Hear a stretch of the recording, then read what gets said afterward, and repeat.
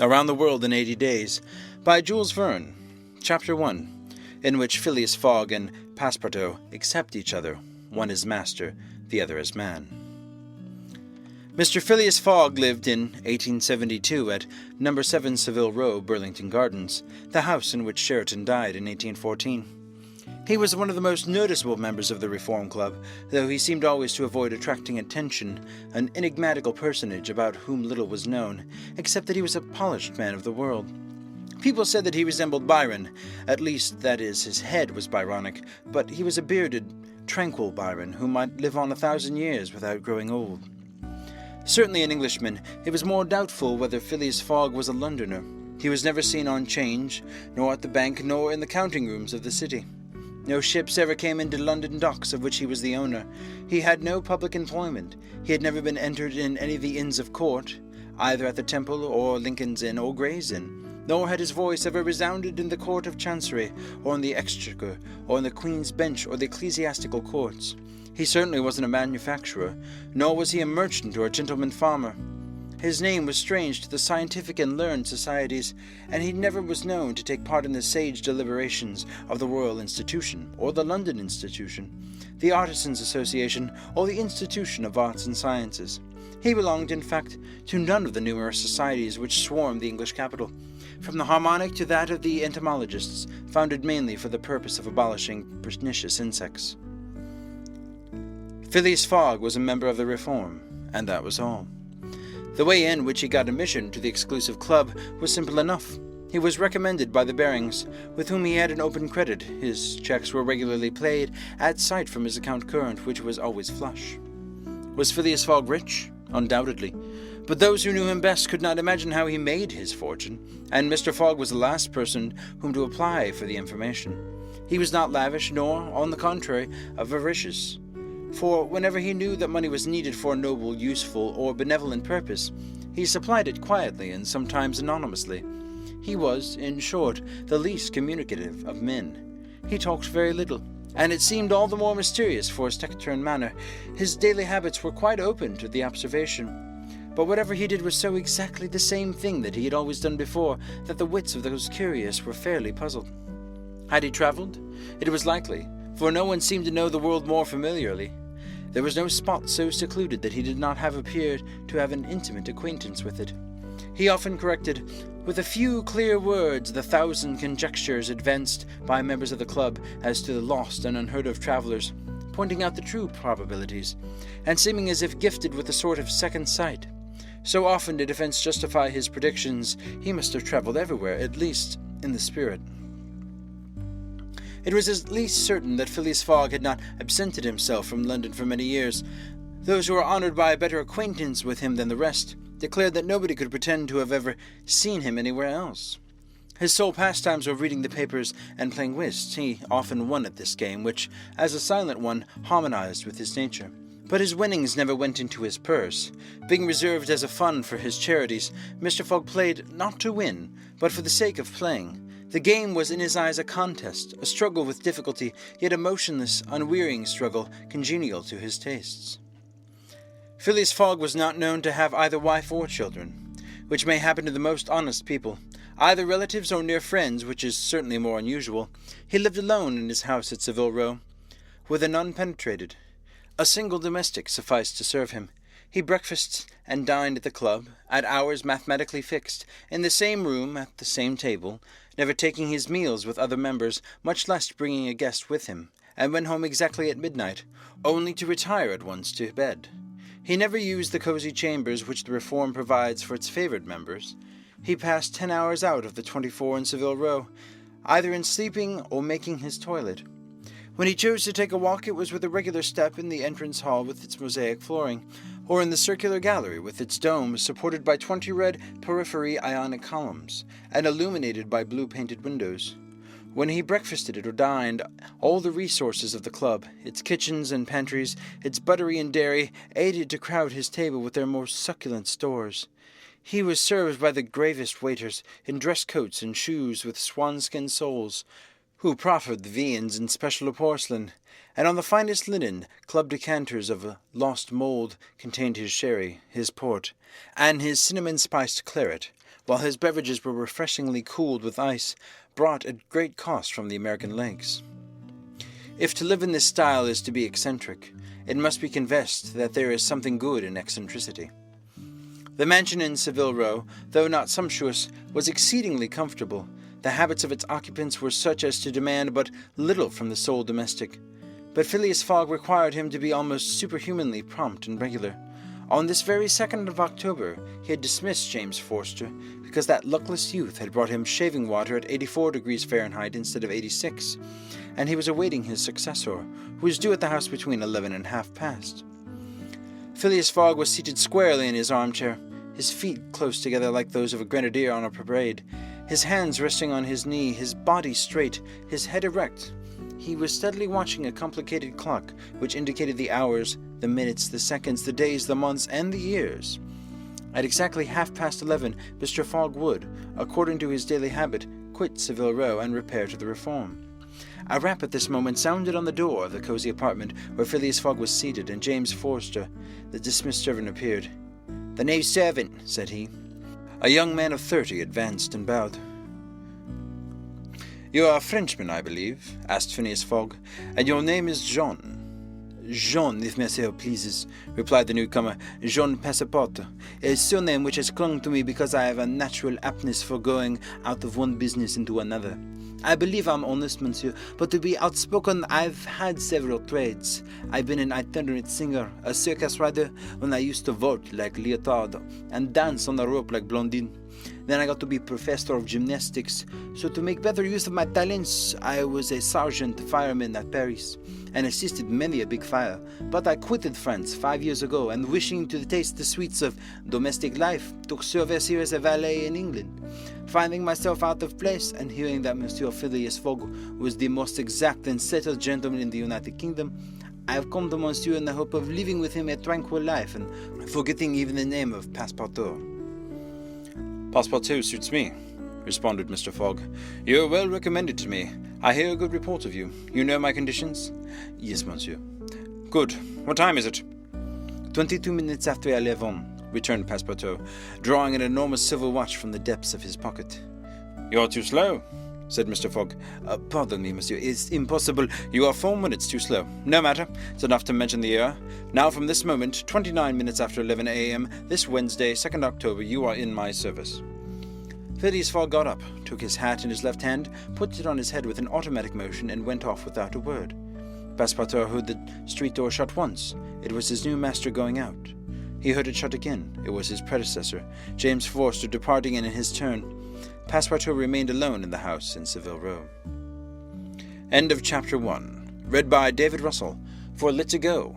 Available on the web at fcit.usf.edu.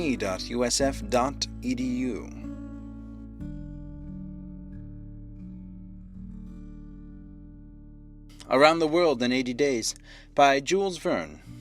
Chapter 2, in which Passepartout is convinced that he has at last found his ideal. "Faith," muttered Passepartout, somewhat flurried, "I've seen people at Madame Toussaint's as lively as my new master."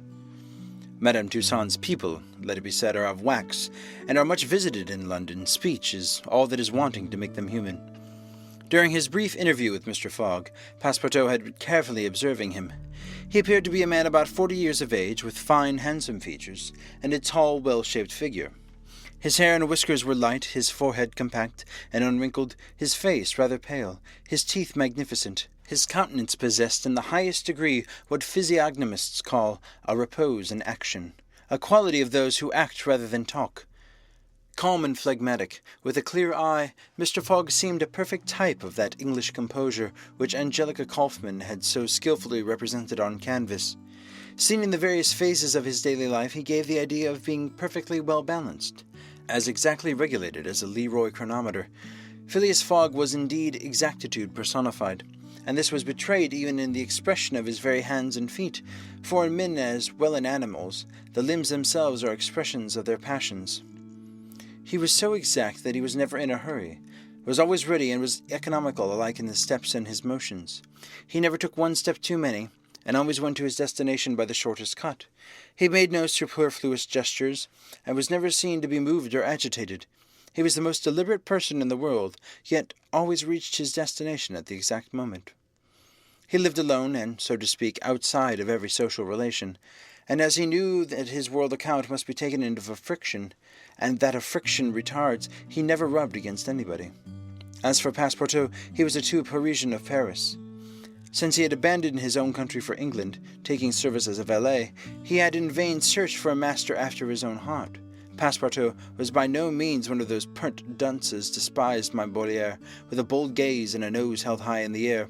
He was an honest fellow, with a pleasant face, lips a trifle protruding, soft-mannered and serviceable, with a good round head, such as one likes to see on the shoulders of a friend. His eyes were blue, his complexion rubicund, and his figure most portly and well built. His body muscular, and his physical powers fully developed by the exercises of his younger days. His brown hair was somewhat tumbled, for while the ancient sculptors are said to have known 18 methods of arranging Minerva's tresses, Passepartout was familiar with but one of dressing his own. 3 strokes of a large toothed plume completed his toilet. It would be rash to predict how Passepartout's lively nature would agree with Mr. Fogg. It was impossible to tell whether the new servant would turn out as absolutely methodical as his master required. Experience alone could solve the question. Passepartout had been a sort of vagrant in his early years, and now yearned for repose, but so far he had failed to find it, though he had already served in 10 English houses. But he could not take root in any of these. With chagrin he found his masters invariably whimsical and irregular, constantly running about the country or on the lookout for adventure. His last master, young Lord Longferry, Member of Parliament after passing his nights in the Haymarket taverns, was too often brought home in the morning on policemen's shoulders. Passepartout, desirous of a respecting gentleman whom he deserved, ventured a mild remonstrance on such conduct, which being ill received, he took leave, hearing that Mr. Phileas Fogg was looking for a servant, and that his life was one of unbroken regularity, that he neither travelled nor stayed from home overnight. He felt sure that this would be the place he was after. He presented himself and was accepted, as he had been seen. At 11:30, then, Passepartout found himself alone in the house at Savile Row. He began his inspection without delay, scouring it from cellar to garret. So clean, well arranged, solemn a mansion pleased him. It seemed to him like a snail shell lighted and warmed by gas, which sufficed for both those purposes. When Passepartout reached the 2nd story, he recognized at once the room which he was to inhabit, and he was well satisfied with it. Electric bells and speaking tubes afforded communication with the lower stories, while on the mantel stood an electric clock, precisely like that in Mr. Fogg's bedchamber, both beating the same second at the same instant. "That's good, that'll do," said Passepartout to himself. He suddenly observed hung over the clock a card which, upon inspection, proved to be a program of the daily routine of the house. It comprised all that was required of the servant, from 8 in the morning, exactly at which hour Phileas Fogg rose, till 11:30, when he left the house for the Reform Club. All the details of service, the tea and toast at 23 minutes past 8, the shaving water at 37 minutes past 9, and the toilet at 20 minutes before 10. Everything was regulated and foreseen that was to be done from 11:30 a.m. till midnight, the hour at which the methodical gentleman retired. Mr. Fogg's wardrobe was amply supplied and in the best taste. Each pair of trousers, coat, and vest bore a number, indicating the time of year and season at which they were in turn to be laid out for wearing, and the same system was applied to the master's shoes. In short, the house in Savile Row, which must have been a very temple of disorder and unrest under the illustrious but dissipated Sheridan, was coziness, comfort, and method idealized. There was no study, nor were there books, which would have been quite useless to Mr. Fogg, for the Reformed 2 libraries, one of the general literature and the other of law and politics, were at his service. A moderate-sized safe stood in his bedroom, constructed so as to defy fire as well as burglars, but Passepartout found neither arms nor hunting weapons anywhere. Everything betrayed the most tranquil and peaceable habits. Having scrutinized the house from top to bottom, he rubbed his hands, a broad smile overspread his features, and he said joyfully, "This is just what I wanted. We shall get on together, Mr. Fogg and I. What a domestic and regular gentleman. A real machine. Well, I don't mind serving a machine." End of Chapter 2. Read by David Russell. For Lit to Go. Available on the web at fcit.usf.edu.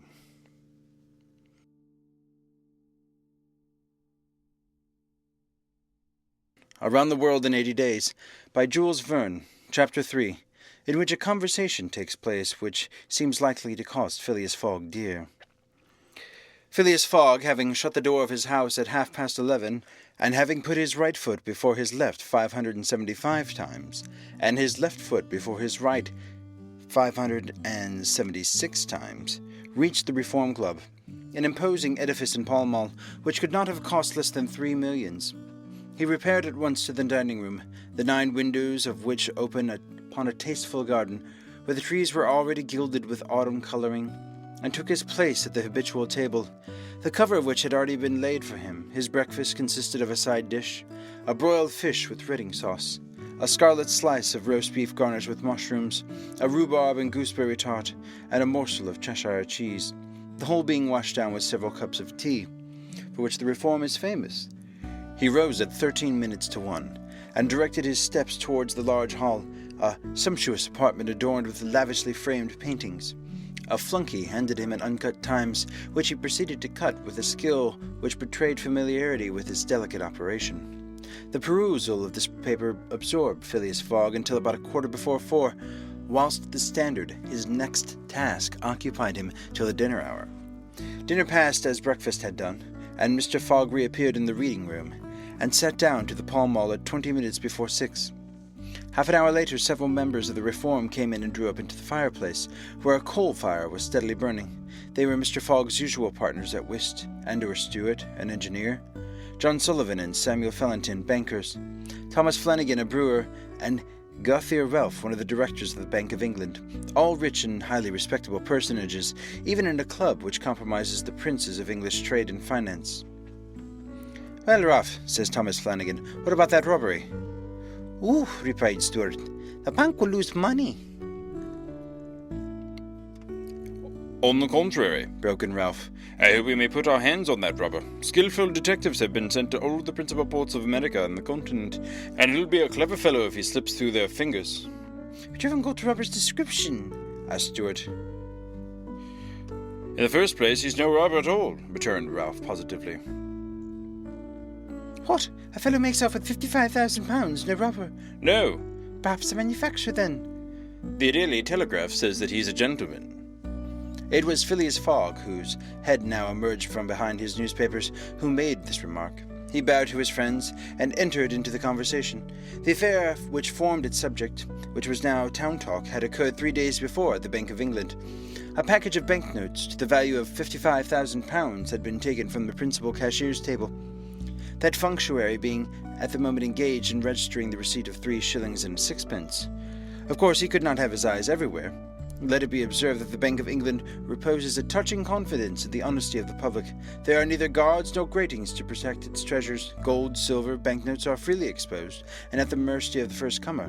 A keen observer of English customs relates that, being in one of the rooms of the bank one day, he had the curiosity to examine a gold ingot weighing some 7 or 8 pounds. He took it up, scrutinized it, passed it to his neighbor, he to the next man, and so on until the ingot, going from hand to hand, was transferred to the end of a dark entry, nor did it return to its place for a half hour. Meanwhile, the cashier had not much as raised his head, but in the present instance of things had not gone so smoothly. The package of notes had not been found when 5 o'clock sounded from the ponderous clock in the drawing office. The amount was passed to the account of profit and loss, and as soon as the robbery was discovered, picked detectives hastened off to Liverpool, Glasgow, Havre, Suez, Brisbane, New York, and other ports, inspired by the proffered reward of £2,000 and 5% on the sum that might be recovered.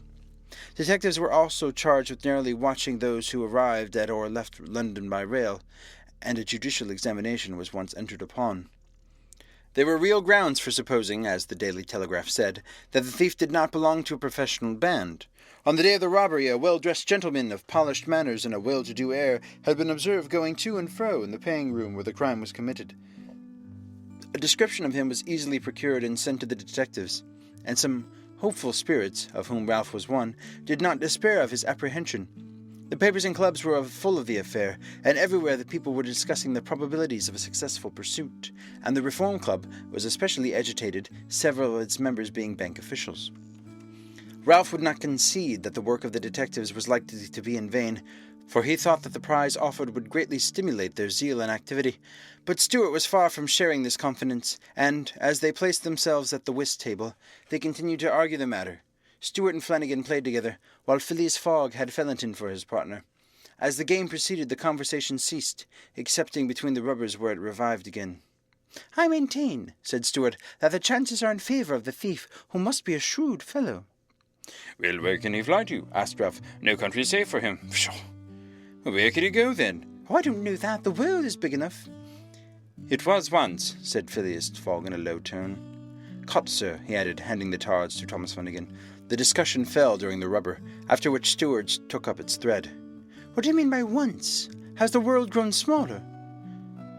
"Certainly," returned Ralph. "I agree with Mr. Fogg. The world has grown smaller, since a man can now go around it 10 times more quickly than 100 years ago, and that's why the search for this thief will be more likely to succeed. And also why the thief can get away more easily." "Be so good as to play, Mr. Stewart," said Phileas Fogg. But the incredulous Stewart was not convinced, and when the hand was finished said eagerly, "You have a strange way, Ralph, of proving that the world has grown smaller, so because you can go round it in 3 months." "In 80 days, interrupted Phileas Fogg.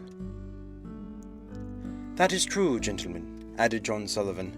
"Only 80 days now that the section between Rothal and Allahabad on the great Indian Peninsula Railway has been opened. Here is the estimate made by the Daily Telegraph.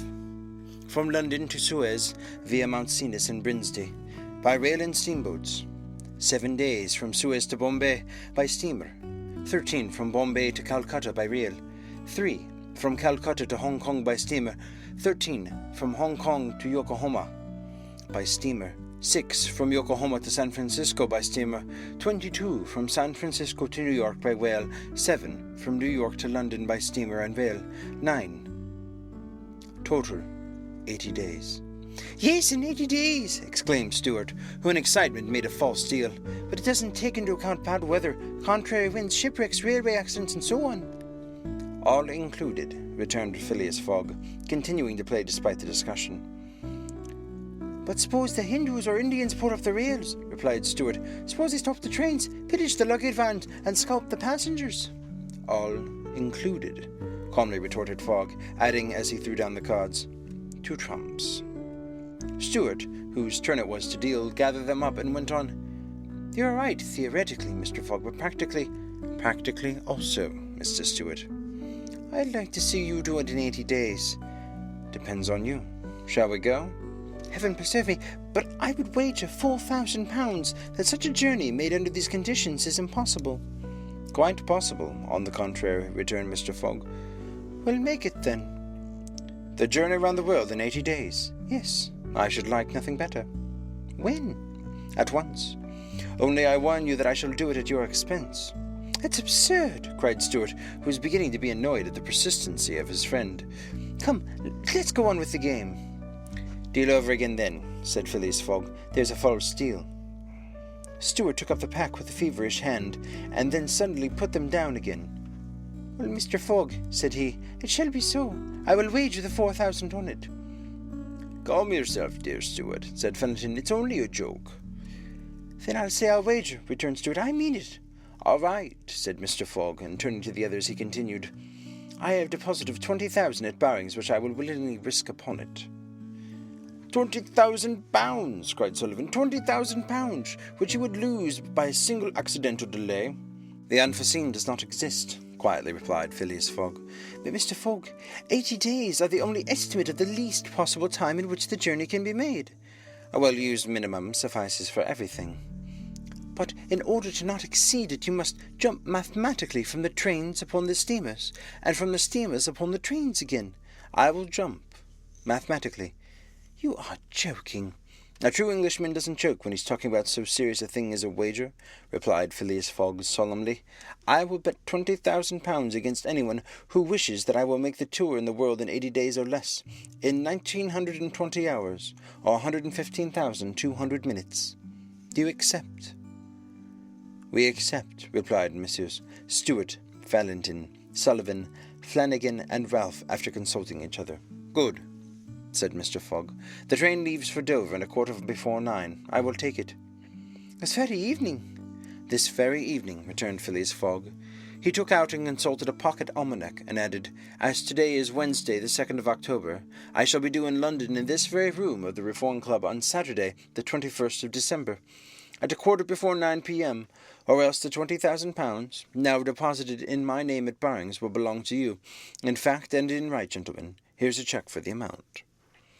A memorandum of the wager was at once drawn up and signed by the 6 parties, during which Phileas Fogg preserved a stoical composure.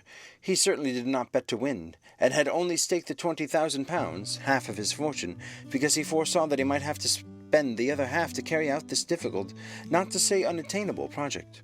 As for his antagonists, they seemed much agitated, not so much by the value of their stake, as because they had some scruples about betting under the conditions so difficult to their friend. The clock struck 7, and the party offered to suspend the game so that Mr. Fogg might make his preparations for departure. "I am quite ready now," was his tranquil response. "Diamonds are trumps. Be so good as to play, gentlemen." End of Chapter 3. Read by David Russell. For Lit to Go. Available on the web at fcit.usf.edu.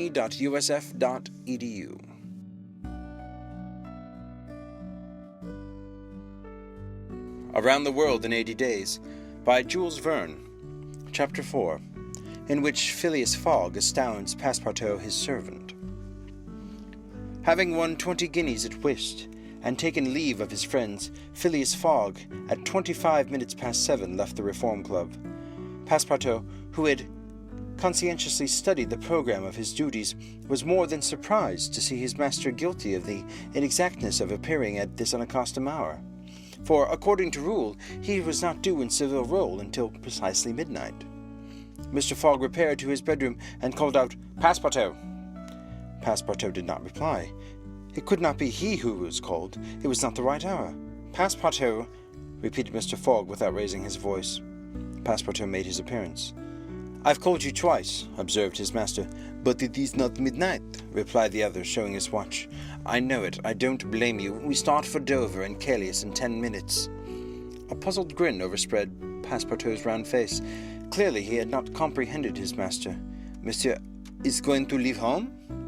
"Yes," returned Phileas Fogg. "We are going round the world."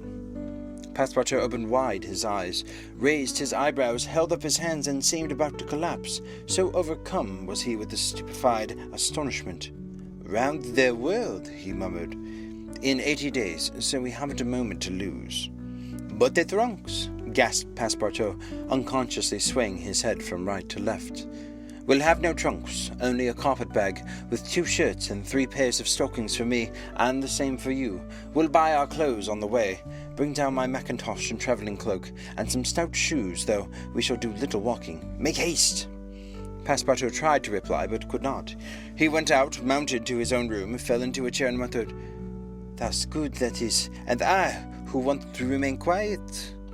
He mechanically set about making preparations for departure. Around the world in 80 days. Was his master a fool? No. This was a joke. Then they were going to Dover. Good. To Calais. Good again. After all, Passepartout, who had been away from France 5 years, would not be sorry to set foot on his native soil again. Perhaps they would go as far as Paris, and it would do his eyes good to see Paris once more. But surely a gentleman so chary of his steps would stop there, no doubt. But then it was none the less true that he was going away. This so domestic person hitherto. By 8 o'clock Passepartout had packed the modest carpet-bag containing the wardrobes of his master and himself. Then, still troubled in mind, he carefully shut the door of his room and descended to Mr. Fogg. Mr. Fogg was quite ready. Under his arm might have been observed a red-bound copy of Bradshaw's Continental Railway Steam Transit and General Guide, with its timetable showing the arrival and departure of steamers and railways. He took the carpet-bag, opened it, and slipped into it a goodly roll of Bank of England notes, which would pass wherever he might go. "You have forgotten nothing?" asked he. "Nothing, monsieur." "My mackintosh and cloak? Here they are." "Good. Take this carpet-bag," handing it to Passepartout. "Take good care of it, for there are £20,000 in it." Passepartout nearly dropped the bag, as if £20,000 were in gold and weighed him down. Master and man then descended. The street door was double-locked, and at the end of Savile Row they took a cab and drove rapidly to Charing Cross. The cab stopped before the railway station at 20 minutes past 8.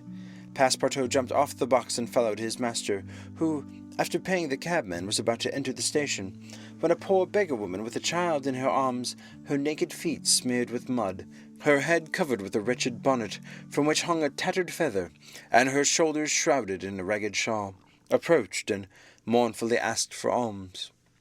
Mr. Fogg took out the 20 guineas he had just won at whist, and handed them to the beggar, saying, "Here, my good woman, I'm glad that I met you," and passed on.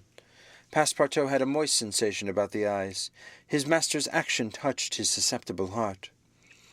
2 first-class tickets for Paris having been speedily purchased, Mr. Fogg was crossing the station to the train, when he perceived his 5 friends of the Reform.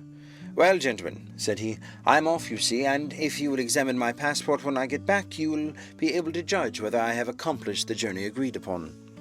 "Oh, that would be quite unnecessary, Mr. Fogg," said Ralph politely. "We will trust your word as a gentleman of honour." "You'll not forget when you're due in London again?" asked Stuart. "In 80 days, on Saturday, the 21st of December, 1872, at 9:15 p.m. Goodbye, gentlemen."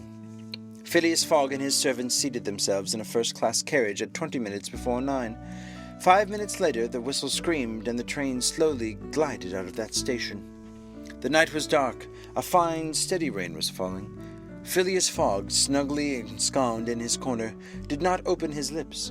Passepartout, not yet recovered from his stupefaction, clung mechanically to the carpet-bag with its enormous treasure.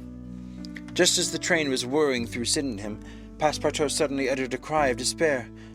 "What's the matter?" asked Mr. Fogg. "Alas, in my hurry, I forgot—" "What?" "To turn the gas off in my room." "Very well, young man," returned Mr. Fogg coolly. "It will burn at your expense." End of Chapter 4. Read by David Russell for Lit to Go. Available on the web at fcit.usf.edu.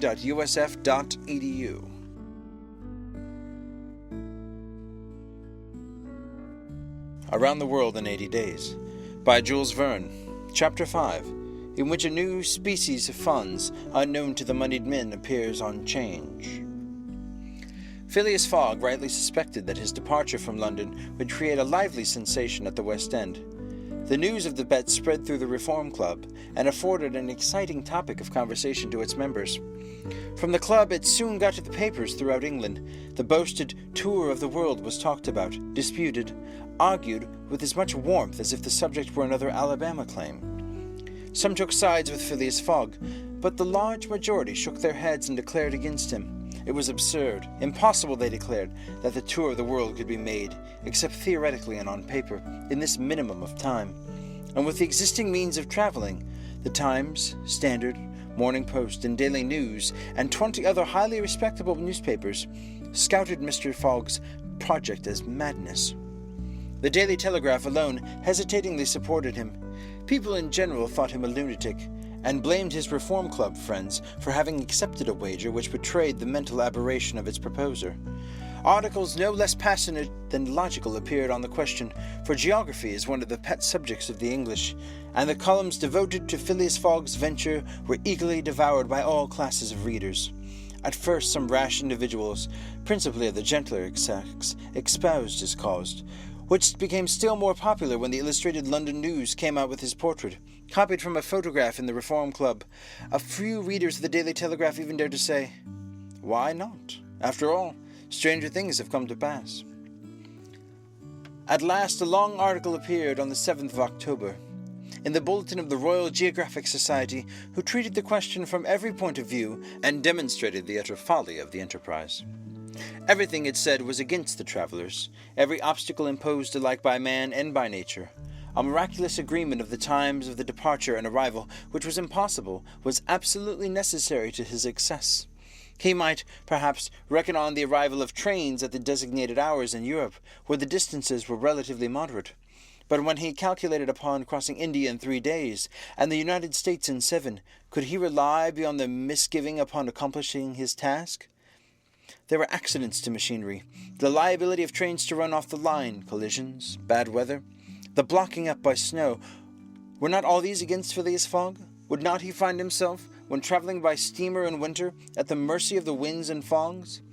Is it uncommon for the best ocean steamers to be 2 or 3 days behind time?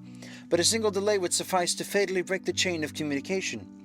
Should Phileas Fogg once miss, even by an hour, a steamer, he would have to wait for the next, and that would irrevocably render his attempt vain. This article made a great deal of noise, and, being copied into all the papers, seriously depressed the advocates of the rash tourist. Everybody knows that England is the world of betting men, who are of a higher class than mere gamblers. To bet is in the English temperament. Not only the members of the Reform, but the general public, made heavy wagers for or against Phileas Fogg, who was set down in the betting books as if he were a racehorse. Bonds were issued, and made their appearance on 'Change. Phileas Fogg bonds were offered at par or at a premium, and a great business was done in them. But 5 days after the article in the Bulletin of the Geographical Society appeared, the demand began to subside. Phileas Fogg declined. They were offered by packages, at first of 5, then of 10, until at last nobody would take less than 20, 50, 100. Lord Albemarle, an elderly paralytic gentleman, was now the only advocate of Phileas Fogg left. This noble lord, who was fastened to his chair, would have given his fortune to be able to make the tour of the world, if it took 10 years. He bet £5,000 on Phileas Fogg. When the folly as well as the uselessness of adventure was pointed out to him, he consented himself with replying, "The thing is feasible. The first to do it ought to be an Englishman." The Fogg party dwindled more and more. Everybody was going against him, and the bet stood 150, 200 to 1. And a week after his departure, an incident occurred which deprived him of backers at any price. The Commissioner of Police was sitting in his office at 9 o'clock one evening when the following telegraph dispatch was put into his hands. Suez to London. Rowan, Commissioner of Police, Scotland Yard. I found the bank robber, Phileas Fogg. Send without delay warrant of arrest to Bombay. Fix. Detective. The effect of this dispatch was instantaneous. The polished gentleman disappeared to give place to the bank robber. His photograph, which was hung with those rest of the members of the Reform Club, was minutely examined, and it betrayed, feature by feature, the description of the robber which had been provided to the police.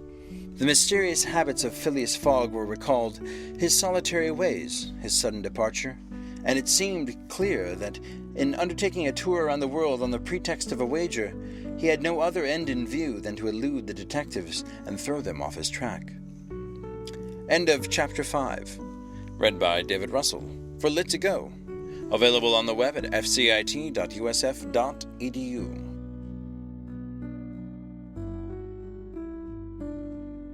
Around the World in 80 Days by Jules Verne. Chapter 6, in which Fix the detective betrays a very natural impatience.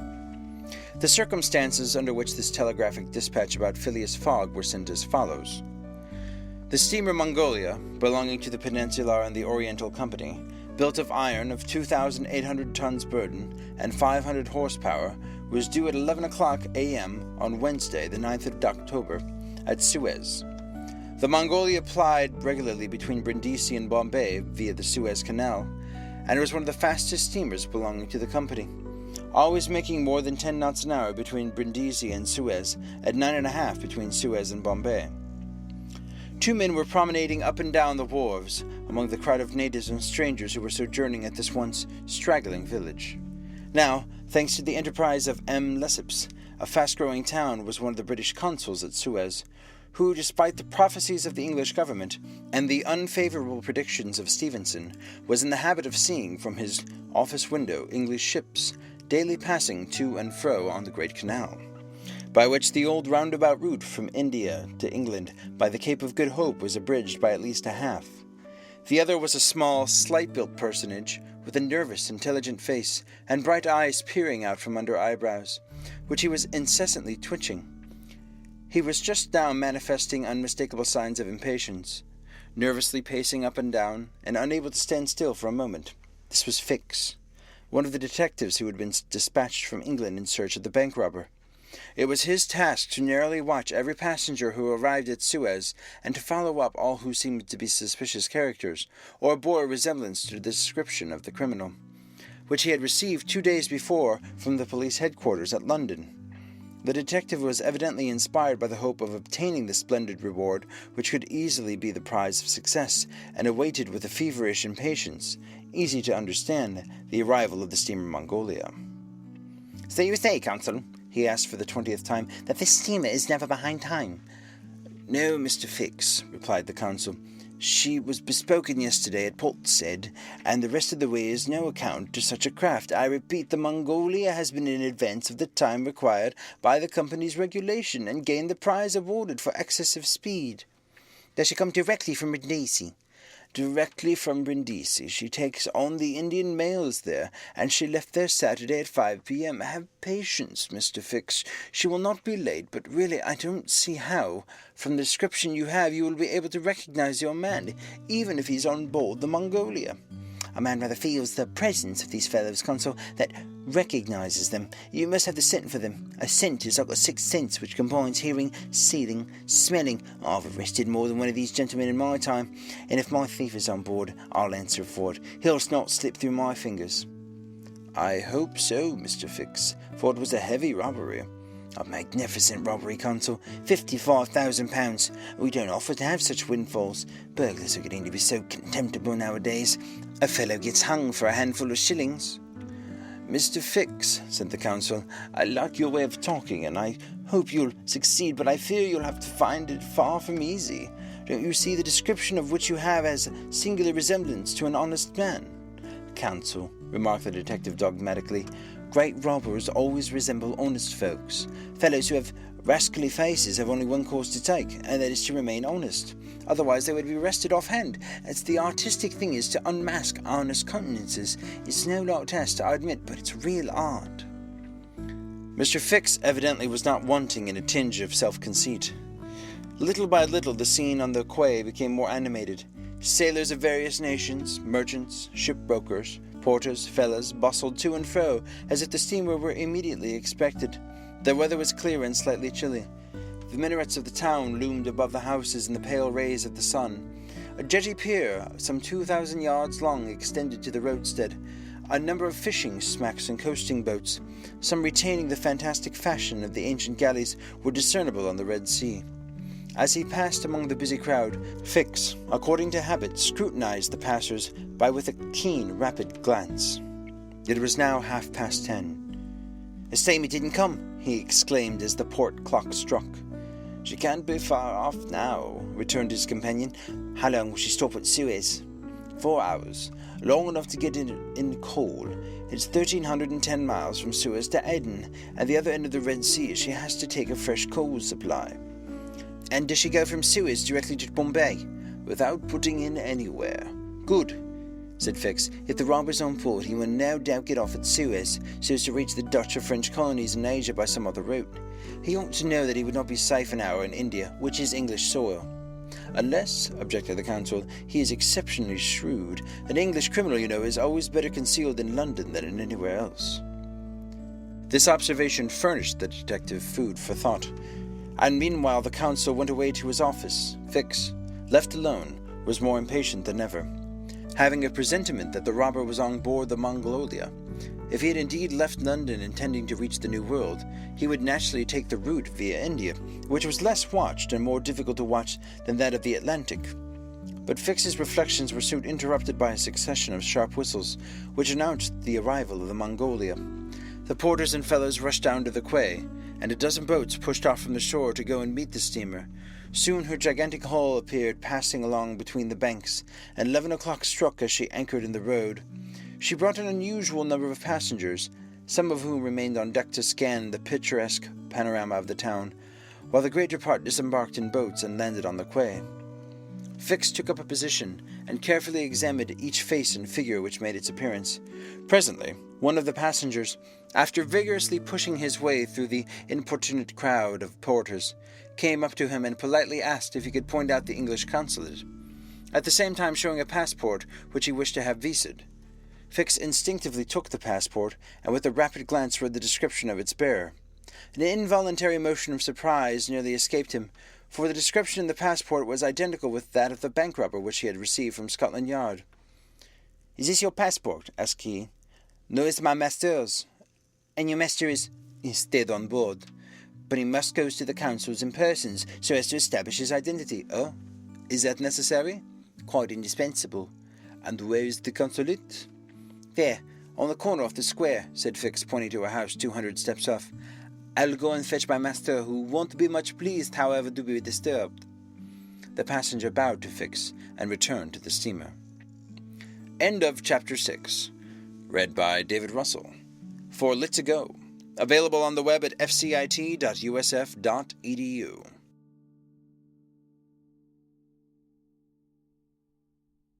Around the World in 80 Days by Jules Verne. Chapter 7, which once more demonstrates the uselessness of passports as aids to detectives.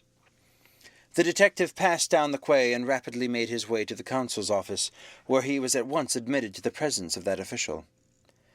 "Counsel," he said without preamble, "I've strong reasons for believing that my man is a passenger on the Mongolia," and he narrated what had just passed concerning the passport. "Well, Mr. Fix," replied the counsel, "I shall not be sorry to see the rascal's face, but perhaps he won't come here. That is, if he is the person you suppose him to be. A robber doesn't quite like to leave traces of his flight behind him, and besides, he's not obliged to have his passport countersigned." "If he's as shrewd as I think he is, counsel, he will come." "To have his passport visaed?" "Yes, passports are only good for annoying honest folks, and aiding in the flight of rogues. I assure you it would be quite the thing for him to do, but I hope you would not visa the passport." "Why not? If the passport's genuine, I have no right to refuse." "Still, I must keep this man here until I can get a warrant to arrest him from London." "Ah, that's your lookout, but I cannot—" The counsel did not finish his sentence. For as he spoke, a knock was heard at the door. Two strangers entered, one of whom was the servant who Fix had met on the quay. The other, who was his master, held out his passport with a request that the consul could do him the favour to visa it. The consul took the document and carefully read it, whilst Fix observed, or rather devoured, the stranger with his eyes from the corner of a room. "You're Mr. Phineas Fogg," said the consul, after reading the passport. "I am." "And this man is your servant?" "He's a Frenchman named Passepartout." "You're from London?" "Yes." "And you are going—" "To Bombay." "Very good, sir. You know that a visa is useless and that no passport is required." "I know it, sir," replied Phileas Fogg, "but I wish to prove by your visa that I came by Suez." "Very well, sir." The consul proceeded to sign and date the passport, after which he added his official seal. Mr. Fogg paid the customary fee, coldly bowed, and went out followed by his servant. "Well?" queried the detective. "Well, he looks and acts like a perfectly honest man," replied the consul. "Possibly, but that is not the question. Do you think, counsel, that this phlegmatic gentleman resembles, feature by feature, the robber whose description I have received?" "I concede that, but then, you know, all descriptions—" "I'll make certain of it," interrupted Fix. "The servant seems to me less mysterious than the master. Besides, he's a Frenchman, and can't help talking. Excuse me for a little while, consul." Fix started off in search of Passepartout. Meanwhile, Mr. Fogg, after leaving the consulate, repaired to the quay, gave some orders to Passepartout, went off to the Mongolia in a boat, and descended to his cabin. He took up his notebook, which contained the following memoranda. Left London Wednesday, October 2nd at 8:45 p.m.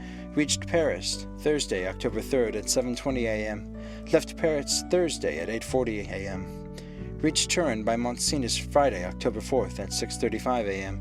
Left Turin Friday at 7:20 a.m. Arrived at Brindisi Saturday, October 5th at 4 p.m. Sailed on the Mongolia Saturday at 5 p.m. Reached Suez Wednesday, October 9th at 11 a.m. Total hours spent 158, or in days, 6 days and a half. These dates were inscribed in an itinerary divided into columns, indicating the month, the day of the month, and the day of the stipulated and actual arrivals at each principal point: Paris, Brindisi, Suez, Bombay, Calcutta, Singapore, Hong Kong, Yokohama, San Francisco, New York, and London, from the 2nd of October to the 21st of December, and giving a space for setting down the gain made or the loss suffered on the arrival at each locality. This methodical record thus contained an account of everything needed, and Mr. Fogg always knew whether he was behindhand or in advance in his time.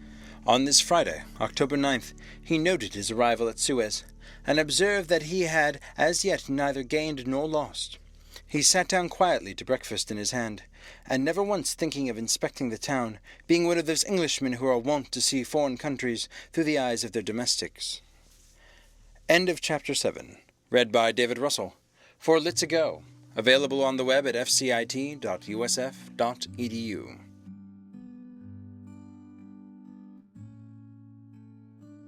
Around the World in 80 Days by Jules Verne. Chapter 8, in which Passepartout talks rather more perhaps than is prudent. Fix soon rejoined Passepartout, who was lounging and looking about on the quay, as if he did not feel that he, at least, was obliged to not see anything. "Well, my friend," said the detective, coming up with him, "is your passport valid?"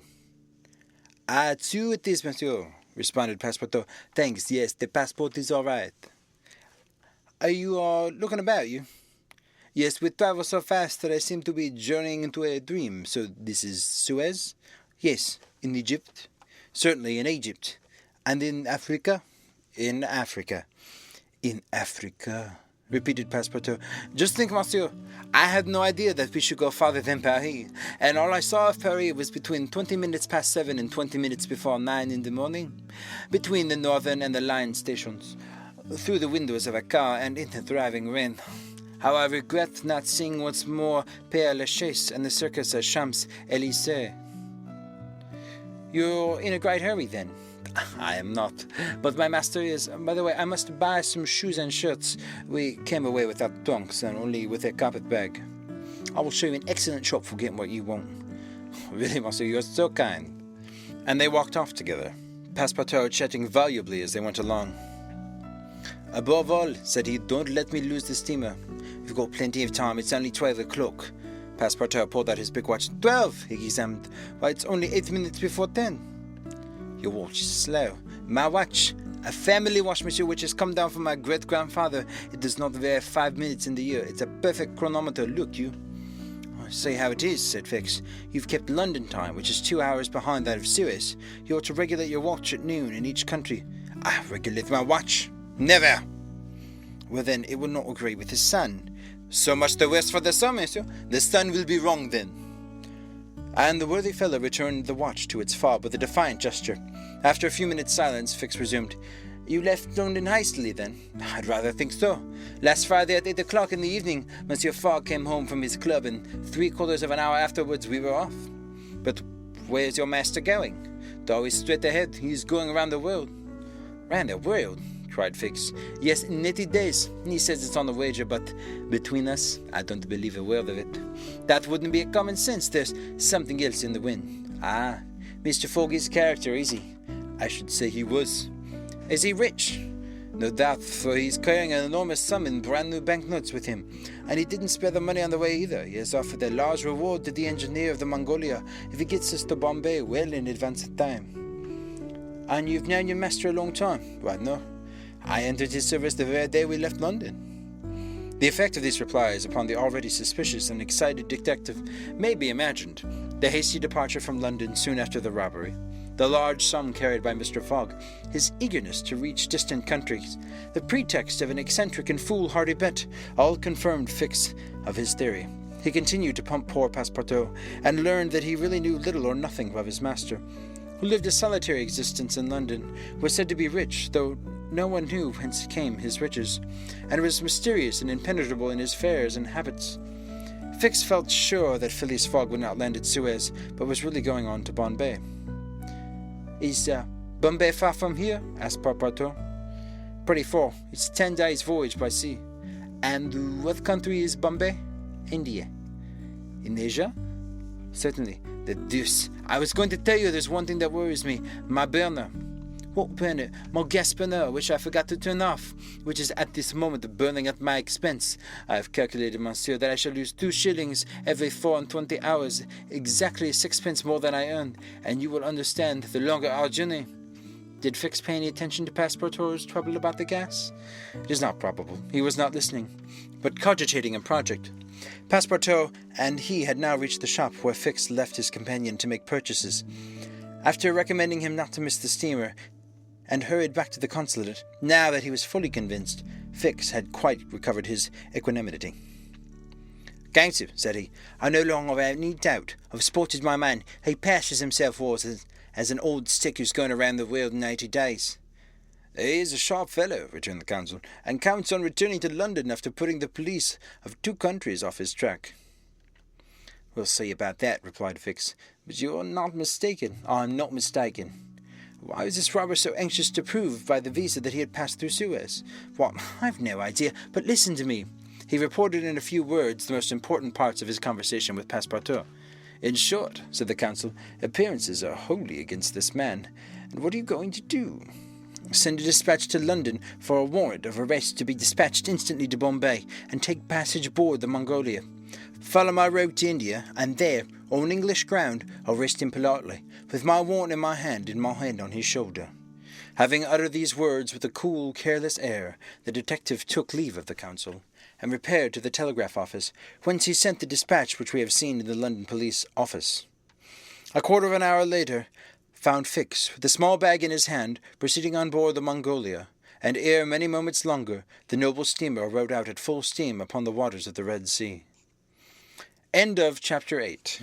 Read by David Russell for Lit2Go. Go. Available on the web at fcit.usf.edu.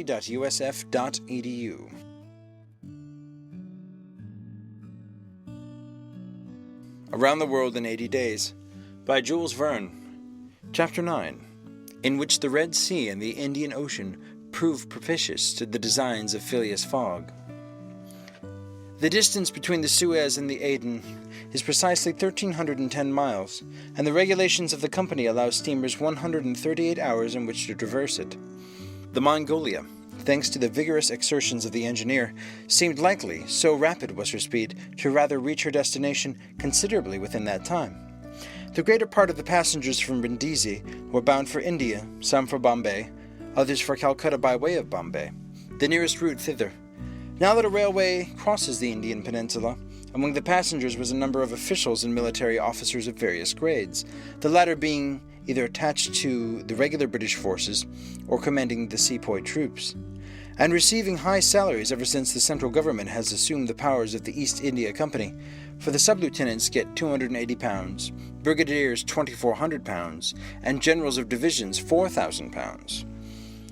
With what the military men, a number of rich young Englishmen on their travels, and the hospitable efforts of the purser, the time passed quickly on the Mongolia. The best of fare was spread upon the cabin tables at breakfast, lunch, dinner, and the 8 o'clock supper, and the ladies scrupulously changed their toilets twice a day, and the hours were whirled away when the sea was tranquil with the music, dancing, and games. But the Red Sea is full of caprice, and often boisterous. Like most long, narrow gulfs, when the wind came from the Africa or Asia coast, the Mongolia, with her long hull, rolled fearfully. Then the ladies speedily disappeared below, the pianos were silent, singing and dancing suddenly ceased, yet the good ship ploughed straight on, unretarded by wind or wave, towards the straits of Bab el Mandeb. What was Phileas Fogg doing all this time?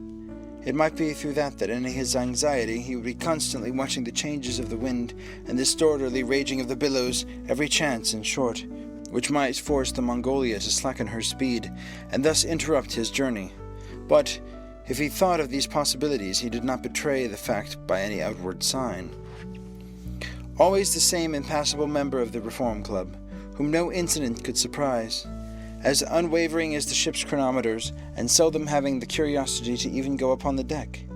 He passed through the memorable scenes of the Red Sea with cold indifference, did not care to recognize the historic towns and villages such along its borders, raised their picturesque outlines against the sky, and betrayed no fear of the dangers of the Arabic Gulf, which the old historians always spoke of with horror, and upon which the ancient navigators never ventured without propitiating the gods by ample sacrifices. How did this eccentric personage pass his time on the Mongolia? He made his 4 hearty meals a day, regardless of the most persistent rolling and pitching on the part of the steamer, and he played whist indefatigably, for he had found partners as enthusiastic in the game as himself, a tax collector on the way to his post at Goa, the Reverend Decimus Smith returning to his parish at Bombay, and a brigadier general of the English army who was about to rejoin his brigade at Benares. made up the party, and with Mr. Fogg played whist by the hour together in absorbing silence. As for Passepartout, he too had escaped seasickness, and took his meals conscientiously in the forward cabin. He rather enjoyed the voyage, for he was well fed and well lodged, took a great interest in the scenes through which they were passing, and consoled himself with the delusion that his master's whim would end at Bombay. He was pleased on the day after leaving Suez to find on deck the obliging person with whom he had walked and chatted on the quays. "If I am not mistaken," said he, approaching this person with his most amiable smile, "you are the gentleman who so kindly volunteered to guide me at Suez." "Ah, I quite recognize you. You're that servant of that strange Englishman. Je suis Monsieur Fix." "Monsieur Fix," resumed Passepartout, "I am charmed to find you on board. Where are you bound?" "Look you, to Bombay." "That's capital. Have you made this trip before?" "Several times. I'm one of the guests of the Peninsular Company." "Then you know India?" "Why, yes," replied Fix, who spoke cautiously. "A curious place, this India?" "Oh, very curious. Mosques, minarets, temples, fakirs, pagodas, tigers, snakes, elephants.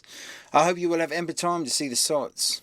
"I hope so, Monsieur Fix. You see, a man of sound sense ought not to spend his life jumping from a steamer upon a railway train, and from a railway train upon the steamer again, pretending to make the tour of the world in 80 days. No, all these gymnastics, you may well be sure, will cease at Bombay." "And Mr. Fogg is getting along well?" asked Fix, in the most natural tone in the world. "Quite well, and I too. I eat like a famished ogre. It's the sea air. But I've never seen your master on deck. Never. He hasn't the least curiosity." "Did you know, Mr. Passepartout, that this pretended tour in 80 days may conceal some secret errand, perhaps a diplomatic mission?" "Faith, Monsieur Fix, I assure you, I know nothing about it. Nor would I give half a crown to find out." After this meeting, Passepartout and Fix got into the habit of chatting together, the latter making it a point to gain the worthy man's confidence. He frequently offered him a glass of whisky or pale ale in the steamer's bar-room, which Passepartout never failed to accept with grateful alacrity, mentally pronouncing Fix the best of good fellows. Meanwhile, the Mongolia was pushing forward rapidly. On the 13th, Mocha, surrounded by its ruined walls, whereon date trees were growing, was sighted, and on the mountains beyond were the expedient vast coffee fields. Passepartout was ravished to behold this celebrated place, and thought that, with its circular walls and dismantled fort, it looked like an immense coffee cup and saucer. The following night they passed through the Strait of Bab el-Mandeb, which means in Arabic the Bridge of Tears, and the next day they put in at Steamer Point, northwest of Aden Harbour, to take in coal. This matter of fueling steamers is a serious one at such distances from the coal mines. It costs the Peninsular Company some £800,000 a year in these distant seas. Coal is worth £3 or £4 sterling a ton. The Mongolia had still 1,655 miles to traverse before reaching Bombay, and was obliged to remain 4 hours at Steamer Point to coal up. But this delay, as it was foreseen, did not affect Phileas Fogg's program. Besides, the Mongolia, instead of reaching Aden on the morning of the 15th when she was due, arrived there on the evening of the 14th, a gain of 15 hours. Mr. Fogg and his servant went ashore at Aden to have the passport again visaed. Fix, unobserved, followed them. The visa procured, Mr. Fogg returned on board to resume his former habits, while Passepartout, according to custom, sauntered about among the mixed population of Somalis, Bayans, Parsis, Jews, Arabs, and Europeans, who comprised the 25,000 inhabitants of Aden. He gazed with wonder upon the fortifications that make this place the Gibraltar of the Indian Ocean, and 2 vast cisterns where the English engineers were still at work 2,000 years after the engineers of Solomon. Very curious, said Passepartout to himself, on returning to the steamer. I see that it is by no means useless to travel, if a man wants to see something new. At 6 p.m., the Mongolia slowly moved out of the roadstead, and was soon once more on the Indian Ocean. She had 168 hours in which to reach Bombay, and the sea was favourable, the wind being in the northwest and all sails aiding the engine. The steamer rolled a little, but the ladies in fresh toilets reappeared on the deck, and the most singing and dancing was resumed. The trip was being accomplished most successfully, and Passepartout was enchanted with the congenial companion which chance had secured him in the person of the delightful Fix. On Sunday, October 20th, towards noon, they came in sight of the Indian coast. 2 hours later, the pilot came on board. A range of hills lay against the sky and the horizon, and soon the rows of palms which adorned Bombay came distinctly into view. The steamer entered the road formed by the islands in the bay, and 4:30 she hauled up the quays of Bombay. Phileas Fogg was in the act of finishing the 33rd rubber of the voyage, and his partner and himself having by bold stroke captured all 13 of the tricks. This concluded his fine campaign with a brilliant victory.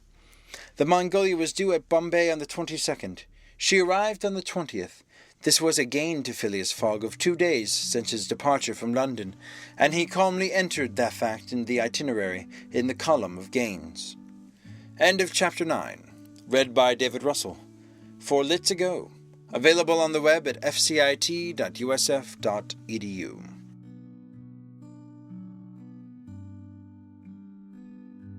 Around the World in 80 Days by Jules Verne. Chapter 10. In which Passepartout is only too glad to get off with the loss of his shoes.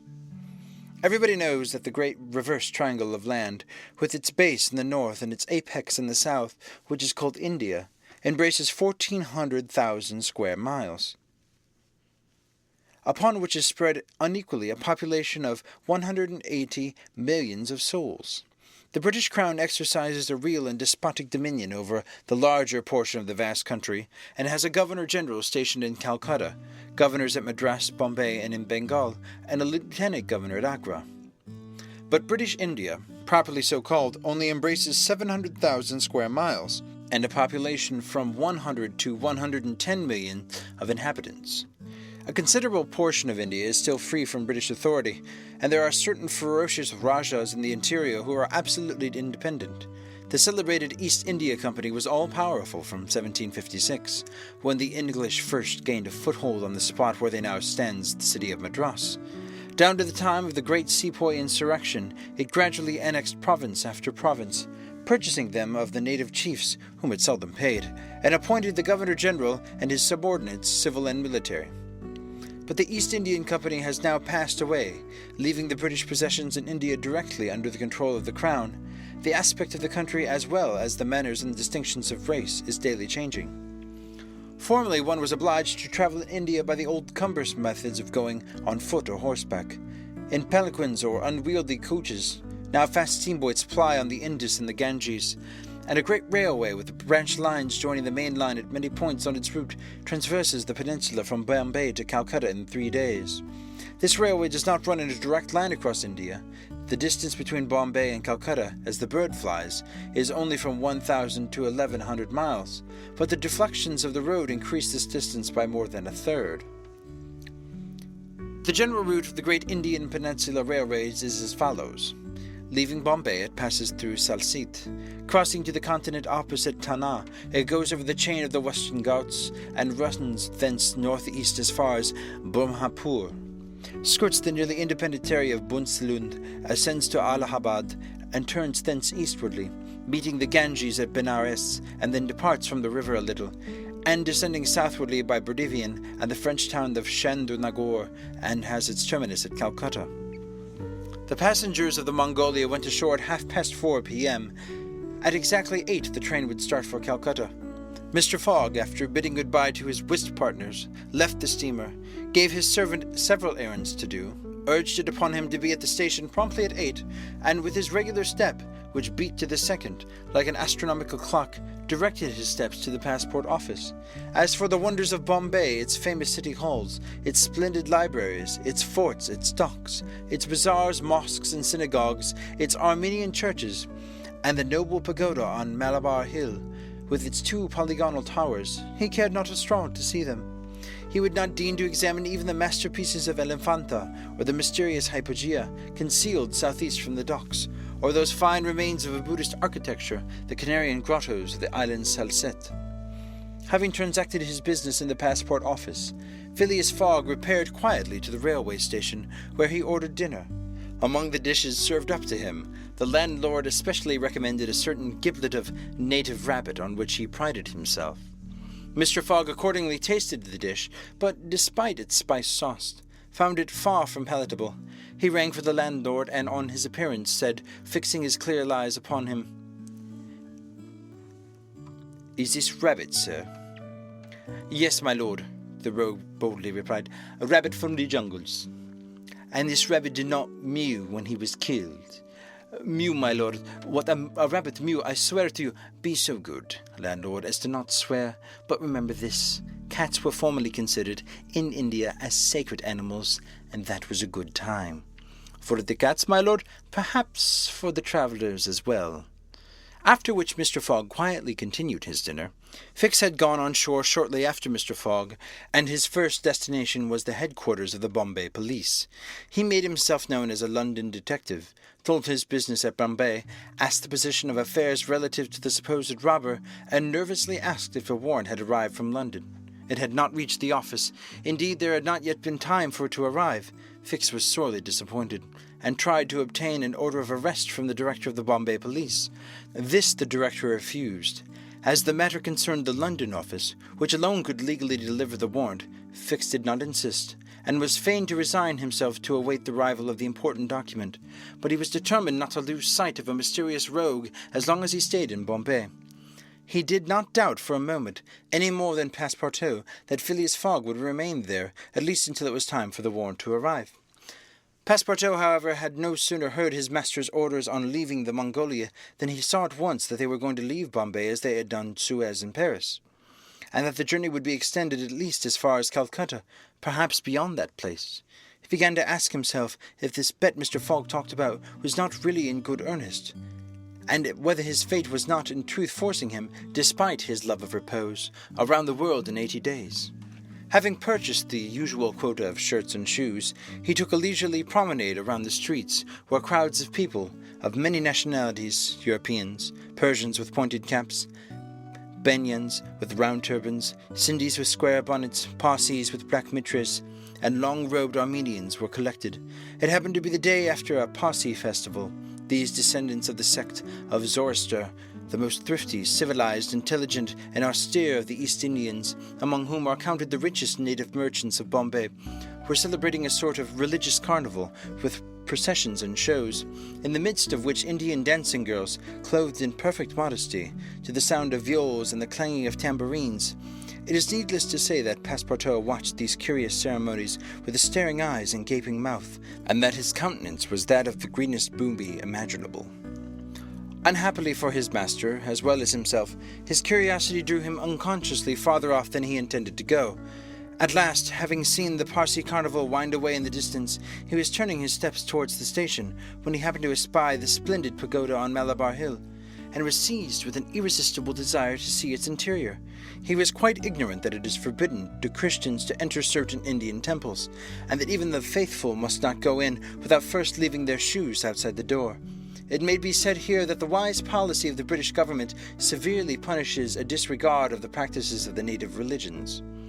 Passepartout, however, thinking no harm, went in like a simple tourist, and was soon lost in admiration of the splendid Brahmin ornamentation which everywhere met his eyes, when all of a sudden he found himself sprawling on the sacred flagging.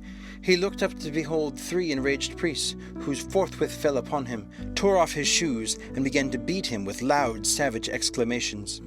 The agile Frenchman was soon upon his feet again, and lost no time knocking down 2 of his long-gowned adversaries with his fists and a vigorous application of his toes. Then, rushing out of the pagoda as fast as his legs could carry him, he soon escaped the 3rd priest by mingling with the crowd in the streets.